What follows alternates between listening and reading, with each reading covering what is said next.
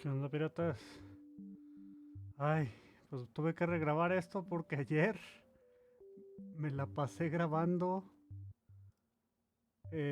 otra pantalla que no era. Vamos a ver. Esto. Ok, parece que ya está todo bien. Perfecto. Ok, piratas. Pues vamos a regrabar esto.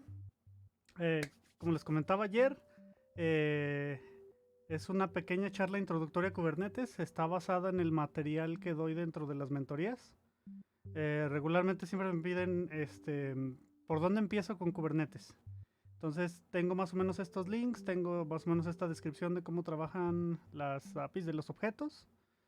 Y pues ya les doy una pequeña explicación, les doy el material y ya nada más ellos pues después me hacen preguntas después de la mentoría. Esto es comprimido porque no tengo tanto tiempo durante una mentoría. Regularmente son 45, 50 minutos de los que dispongo. Entonces pues les doy este material, les paso las notas que tengo aquí mismo, basadas en mis propias notas de Kubernetes y pues de ahí en más ya está del lado de ellos que hagan las cosas. Bueno, entonces, si quieren, comenzamos. Bueno, ¿qué es lo que les recomiendo? Primero es cómo te empapas de Kubernetes. Hay un video muy bueno. Se llama Kubernetes en 5 minutos. Está en el canal de VMware Cloud Native Apps. Aquí este video, les digo, en 5 minutos te dice lo básico. Te dice cómo es que Kubernetes trabaja. Te habla del control plane. Te habla de cómo interactúas con el control plane por medio de los manifestos que realmente van a ser objetos. Van a ser objetos que están basados en definiciones dentro de un API extensible de Kubernetes. Le mandas el manifiesto al control plane y el control plane se encarga de que ese estado deseado, el desired state, se refleje dentro de los worker nodes. Regularmente lo que te dicen es, debes de tener 3 servidores para el control plane y luego ya después ya puedes tener nodos homogéneos o heterogéneos, dependiendo de lo que necesites. O sea, nodos con, por ejemplo, en mi clúster actual yo tengo un nodo que tiene un GPU, en otro tengo otro nodo que tiene un GPU diferente y en otro tengo, por ejemplo, hasta sensores. Entonces ahí ya son nodos heterogéneos, se supone que porque no son el mismo tipo de nodo. Y ahí es donde corres tus cargas, pues, dentro de Kubernetes. Kubernetes es algo así más como para aplicaciones stateless. Si hay formas de hacerlo stateful, sí tiene objetos que soportan cosas así como tener volúmenes y demás cosas por el estilo, pero pues yo lo recomendación es que empiecen con algo stateless. Eh, bueno, pues una vez que vean este video, más o menos ya van a saber lo que les digo, lo del Desired State Management, los cluster services y los manifestos, cómo es que más o menos funciona. Ahora de lo que se trata es que ustedes escriban su propio manifiesto. Aquí es donde básicamente les hablo de cómo es que ver el API de objetos como si fueran capas. Ahora, aquí depende de la persona que yo esté mentoreando. Si es alguien que nada más es un desarrollador de aplicaciones, regularmente nada más le abro de las primeras 2 capas y a lo mejor un poco de RBAC. En este caso, la primera capa es Application Development Layer. Es básicamente la capa donde tú defines los contenedores que van a correr dentro de Kubernetes. Entonces tienes que saber la relación entre un pod y un deployment, entre un deployment y luego el scale set y demás, los servicios y el ingress. Ya sabiéndote más o menos estos 4 objetos, tú ya puedes tener todos los puntos conectados entre una aplicación web y los usuarios por medio del ingreso. O sea, entra por el ingreso lo pasa a un servicio y luego el servicio lo pasa a un pod y luego pues, ya los pods son administrados por los deployments. Así es como más o menos lo explico. Les digo, más adelante les voy a dar una explicación, o bueno, más adelante les voy a dar un video donde te dicen más o menos cómo usar Kube Control para traerte las descripciones de esos objetos y para que tú también veas las relaciones Hay muchas más formas de hacer las cosas, pero es como yo les recomiendo para que empiecen también a usar kubectl. Bueno, y después está la capa de configuración. Ahí es donde estamos hablando de lo que vienen siendo los config maps y secretos. Ahora, aquí es, por ejemplo, en la plática anterior que tuvimos en el episodio 13 de la segunda temporada de Pirate Dev Radio. Ahí es donde hablábamos, por ejemplo, de que esto viene del 12 Factor Apps. Ha cambiado mucho la práctica. Regularmente yo lo que les digo es, si tus aplicaciones necesitan configuración, no sigas el patrón ese de inyectar todo por el entorno. No, por ejemplo, regularmente yo lo que tratamos de hacer es no meter configuración, por ejemplo, en config maps o en secretos dentro de el contenedor mismo. O sea, hay maneras en que tú puedes inyectar variables de entorno usando config maps y hay maneras en que tú puedes inyectar variables de entorno usando secretos o los que se conviertan en archivos y dejarlos en el sistema de archivos del contenedor. Regularmente la práctica ha cambiado. Yo lo que recomiendo es que ya mejor vayan tus aplicaciones directo a un sistema central de configuración. Si están usando nubes, pues regularmente está en el AWS System Manager, que da algo llamado el Parameter Store.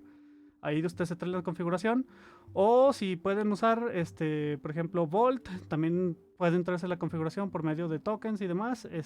Pero esa es como que la mejor práctica. No traten de inyectarlo en variables de entorno, traten de usarla lo menos que se pueda.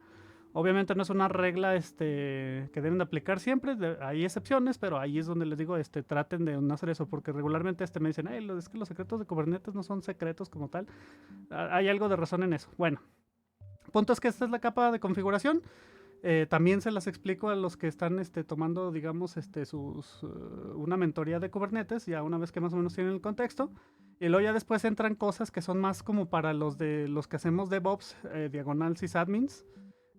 Ahí sí tienes que meterte a otras capas, como por ejemplo la capa de batch para que puedas correr procesos cada cierto tiempo, pues son como cron jobs. Luego la capa administrativa, que ahí ya te metes con volúmenes, con claims, con storage classes, te metes con cuotas para que no se gasten los recursos, los contenedores todos, te metes con los daemon sets y los stateful sets, que regularmente es como tú implementas operadores, ese tipo de cosas. La parte de ARBA, que obviamente también es muy importante, tienes que administrar cómo es que tus contenedores corren, bajo qué contextos de seguridad, bajo qué usuarios y demás, tratar de no usar el root. Y luego ya después te metes a networking policies y demás. También depende de qué sabor de Kubernetes estén usando, si usan OpenShift, si usan AKS, si usan EKS, cada uno trae custom resource definitions de todo eso. Y hablando de custom resource definitions, ahí es cuando ya son cosas un poco más avanzadas. Ahí es cuando, por ejemplo, tú quieres hacer tus propios recursos, tus propios tipos de objetos, para que los operadores reaccionen a cuando haya cambios en esos objetos y entonces tú administrar el clúster Kubernetes o ser más, digamos, reaccionar a ese tipo de cambios y ya pues tú administrar Kubernetes de otra manera. También está la parte de Helm, Pulumi y Terraform. Ahí mi recomendación, lo van a ver un poquito más adelante, es que utilicen Pulumi para desplegar los manifestos y luego los CRDs y operadores. Bueno, pues esos ya tienen que buscar un framework. Yo regularmente, pues yo no trabajo con el Operator SDK que está hecho en Go. Yo regularmente lo que trabajaba era en Java, pero pues el Operator SDK entiendo yo que es el estándar y demás. Entonces esa es la parte que deben aprender. Ya más o menos que saben estas capas, porque aquí lo que tienen es que los que son application developers, a lo mejor nomás con las dos primeras capas la hacen, pero ya cuando estás haciendo DevOps y cosas de sysadmin, entonces sí ya necesitas saberte todas las demás capas. Una vez que sepas todo eso, bueno, el siguiente video que les recomiendo es de Kube Control Basics for Beginners. Este está en un canal que se llama Kube de DevOps Guy. Muy bueno ese cuate. Creo que este es de los mejores videos que he visto de cómo usar efectivamente Kube Control. Regularmente yo uso mucho, por ejemplo, la variable de entorno kubeconfig para cambiar entre los las diferentes configuraciones o los contextos. Y por ejemplo tengo un archivo de kubeconfig para cada entorno. Por ejemplo tengo uno para dev, stage, QA y luego uno para producción. El de producción regularmente no lo tengo en mi máquina, tengo los de los ambientes locales. El de la máquina nomás lo traigo conforme se ocupa y luego ya automáticamente lo quito. O utilizo un proxy, algo similar así, pero aquí les da una buena explicación de todo esto. Y también algo que me gusta de este video es que también les dice, mira, y aquí es la forma en que tú ves el listado de las APIs que tiene Kubernetes en tu clúster actualmente y luego cómo describir cada uno de los objetos. Entonces ese video muy explicativo les enseña cómo utilizar todos estos comandos. Am, Igual, yo recomiendo ese video como para que se vayan familiarizando un poco con Cube Control y luego ya lo pongan en práctica. Ahora, ya la siguiente parte es, ahí depende de con quién hablen. Em, Hay personas que les van a decir, no, pues síguete el Kubernetes de Hardware. Sí está bien, pero implica que vas a tener que usar GCP y implica que pues tú vas a desplegar tu control plane a mano y todo ese tipo de cosas. Ahora, el detalle ahí, y es lo que no me gusta, es que, por ejemplo, muchas personas que me piden mentoría son estudiantes. Entonces ellos no tienen una tarjeta de crédito como para abrir una cuenta de GCP, les pueden dar algunos créditos gratis y demás, pero creo que hasta cierto punto sí debes de tener un método de pago y cosas por el estilo. Ahorita no sé si ese es el caso y de hecho yo les digo, no, pues, ¿sabes qué? Si tienes una computadora viejita, yo preferiría que utilices K3S o MicroK8s. K3S es lo que yo, por ejemplo, utilizo en mi laboratorio personal. K3S es una implementación de Kubernetes, pero que es un solo binario y se instala relativamente fácil con un script que ellos te proveen. También lo usé en producción algún tiempo en una especie de proyecto de IoT donde usábamos sensores. Teníamos el data plane, bueno, el control plane en la nube como tal. Y luego teníamos los worker nodes, eran Raspberry Pis que estaban en ciertas locaciones. Y luego ya después había otros que eran así como los contenedores corrían unos nodos con unos sensores y se conectaban esos nodos de K3S. Bueno, mi punto es que K3S es como que de las maneras más fáciles de empezar. Aparte, bueno, les digo, está el Minikube y demás, pero si usan muchos recursos. K3S lo que me gusta es eso, es un solo binario pequeño, consume muy poca memoria y lo puedes desplegar, por ejemplo, en un Raspberry Pi. Entonces, mi recomendación es, tienen hardware viejo por ahí, una laptop, cualquier otra cosa y pueden instalar una distribución de Linux y empezar con K3S. La otra es que ya, si ya están usando Ubuntu, pues igual también ya pueden checar MicroK8s. También es muy fácil de instalar el paquete, es muy fácil de manejar y poner los servicios extra como DNS y demás. Entonces esa es otra recomendación. Yo me iría por K3S en este caso. Igual les digo, mi laboratorio está desplegado en K3S, mi laboratorio local, y ahí es donde tengo, por ejemplo, medios, multimedios y demás. Entonces, hasta las actualizaciones de Kubernetes con K3S se me hacen muy fáciles. Muchas veces he actualizado la versión y muchas veces he tenido que hacer downgrade porque algo no funcionó con la versión, y K3S con los scripts que probé y todos los flags que te da, se me hace facilísimo de administrar. Entonces esa es la parte donde yo le recomendaría usar Eh, Igual les digo, pueden usar Minikube, pueden usar lo demás, pero K3S lo que me gusta también es que ya trae implementaciones de ingresos y demás, ya no te tienes que preocupar por eso. Y entonces tú ya nomás teniendo, por ejemplo, yo aquí localmente uso un Pi-hole. Ese Pi-hole ya le tengo entradas de DNS para cada uno de los nodos de K3S y tengo unas entradas de DNS que también igual redirigen esos nodos. Y así ya tengo todo mi laboratorio completo. Ya puedo, por ejemplo, accesar una aplicación web por medio de una URL y por medio de un dominio local. Esa es la parte que se me hace más fácil con K3S, que no he visto, por ejemplo, con otros. No recomiendo OpenShift y ese tipo de cosas porque pues también está Minishift y todos esos, y también está la forma de instalar OpenShift, la versión de prueba, pero yo no lo recomiendo porque es mucho más engorroso que usar cualquiera de estas dos distribuciones. Ya por último me piden, oye, ahora un libro, recomiéndame. Ahí sí, miren, pocos libros hay que yo puedo recomendar. El que he visto que funciona mejor, muchos me han dicho, hey, pues, sí, sigue continuando y lo bueno es que lo actualizan regularmente. Ahorita, por ejemplo, ya está la versión del 6 de septiembre del 2022. El de Kubernetes Open Running, ya saben que Kelsey Hightower da calidad, entonces mucho de este libro yo recomiendo igual. Vean las partes de Kubernetes, así como las APIs, como en las capas que les mencioné. Se pueden aventar el libro de un lado a otro, pero si ustedes son application developers o son ya de planos admins, ya pueden ver cosas, pueden ver partes del libro diferentes dependiendo de la recomendación que les dé. Pero les digo, esto es más como para mentoría. Esto sí es así lo que yo le recomiendo a una persona, no es lo mismo que le recomiendo a otra, porque tienen contextos diferentes y van a hacer trabajo diferente con Kubernetes. Pues es este libro. Ahora, si ustedes, ya después de que leen este libro, regularmente les digo, mira, pues si ya estás trabajando con EKS o estás trabajando con AKS o estás trabajando con OpenShift, probablemente tú quieres ver la documentación de cada uno de esas de cada una de esas distribuciones, porque cada uno también tiene sus CRDs. Por ejemplo, OpenShift tiene un montón de CRDs para CI/CD que por debajo de las cortinas usan Jenkins, y a mí se me hace bien, pero también puedes como digamos customizar, puedes hacer que Jenkins se comporte de otra manera, puedes darle más recursos, puedes quitarle, puedes instalar plugins, puedes instalar más imágenes y demás. Ahí es cuando les recomiendo qué tipo de trabajo vas a hacer. Si tu equipo de DevOps es de los que nomás hacen CI/CD, es de los que hace infraestructura como código, bueno, pues ya te recomendaría otras cosas. Pero básicamente es irte a checar la documentación de qué es lo que necesitas hacer.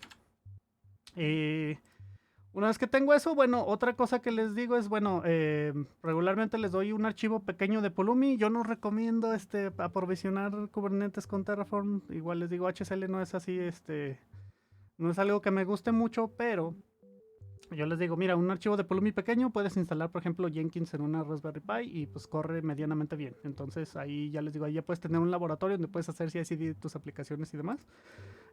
Ahí es cuando más o menos les muestro yo tengo este repositorio que es el Pirate Box, que es, les digo, mi laboratorio personal. Aquí tengo un montón de cosas instaladas como el GPU Operator, JDownloader, Jenkins, la suite de AR, un servidor de correo. No funciona, pero pues más o menos ese tipo de cosas. Pero todo esto lo pueden hacer igual, les digo, con Pulumi. Entonces, la parte de Jenkins, lo que se me hace bueno es que es como un ejercicio que te va a dejar ver muchos de los objetos, no todos, muchos de los objetos que ustedes pueden ver, digamos, que ustedes pueden ver en Kubernetes. Entonces, aquí van a utilizar de todo. Van a usar, por ejemplo, un Helm chart para que empiecen a hacer sus automatizaciones. Este Helm chart les va a instalar muchos objetos, los deployments, el stateful set, los volúmenes y demás, con un poco de configuración. Todo esto no son más que unas 200 líneas de código, más o menos 180 hasta ahorita. La mayoría de esto es como definiciones también, por ejemplo, de RBAC, para que también utilicen RBAC, para que le den contexto de seguridad a Jenkins y demás. Entonces, este archivo no es muy grande, casi se los paso verbatim. Ya nomás ellos lo instalan en su propio mini cluster con K3S por el estilo y casi funciona la primera. Entonces, ahí el detalle es así como para que se den una empapada pues con el API. Es regularmente lo que yo les recomiendo. Les digo, depende de la persona que esté mentoreando. Por ejemplo, también los certificados. La parte de certificados pues es muy importante, pero ahí utilizamos un operador para certificados que también no está muy difícil de usar, pero eso solamente si tienen su propia IP y demás cosas. Si no, les digo, esta parte funciona bien, ya nomás yo lo junto con Pi-hole. Y como Pi-hole también se instala facilísimo en una Raspberry Pi, pues entonces ahí ya tienen el paquete completo. Tienen DNS y Kubernetes en un solo nodo, con muy pocos recursos, y ya con eso ustedes pueden empezar a trabajar. Y pues eso fue todo por hoy, piratas. Les digo una disculpa, esto estaba en vivo, y hubo preguntas precisamente de OpenShift y cosas por el estilo, pero como estaba grabando otra pantalla, pues no vieron el material mientras yo estaba hablando en vivo. Entonces, pues ya aquí les repongo el video.